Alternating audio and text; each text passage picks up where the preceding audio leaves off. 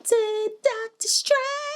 Doctor, is there nothing I can take? I say, Doctor, Doctor, is there nothing I can take? I say, Doctor. Excuse me, I can't sing. Doctor Strange and the Multiverse of Madness. More like not much to see here except for a few underwhelming cameos. By the way, if you're watching this review before you watch the movie, there are 2 end credit scenes, so sit your ass down till the very end.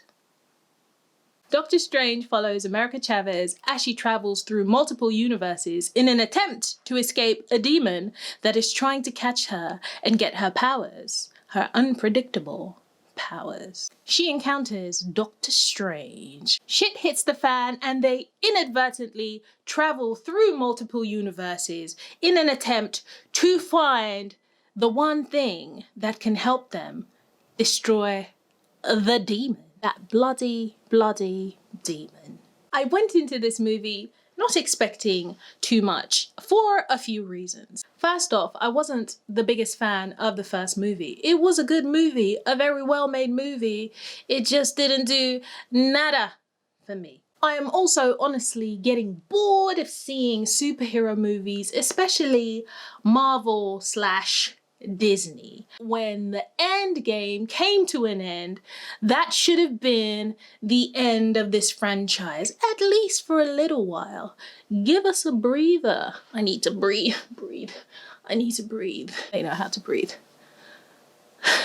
Also, as time has passed, these movies have become less Marvel and more Disney. Very kiddie.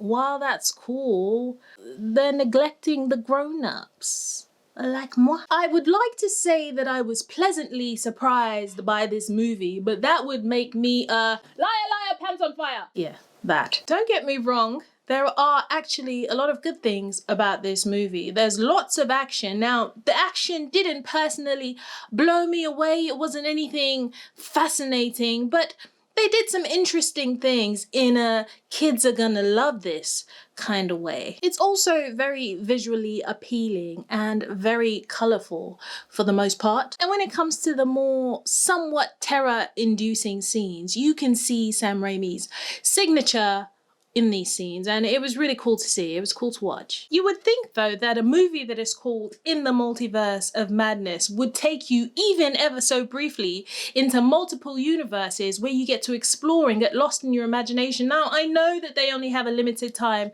to show us what they can show us, but they didn't show us enough. Why call this movie what you called it if it's not really what you called it? These characters stumble through these different universes in seconds, only to end up back in an alternate version of New York that is pretty much the same except with less color. There was too little of the multiverse and a little bit more of the madness, but just not enough Marvel magic here for me. There were some cheesy lines that had me wanting to scream at the characters. Yeah, the script was a bit sketch in parts. It just was But in the final scene, especially, there were some lines that I was like, this has got to be for kids because what? What? The villain and her motivations were uninspired.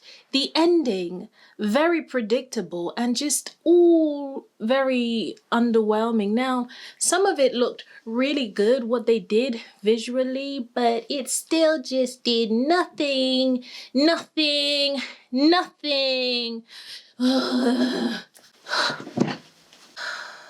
It wasn't giving. Overall, this is a well-made, family-friendly, but slightly disappointing addition to the franchise. Should you watch this? I guess it's not that bad. And what else are you gonna watch? There's nothing else in the cinema. Would I recommend it? It's a no.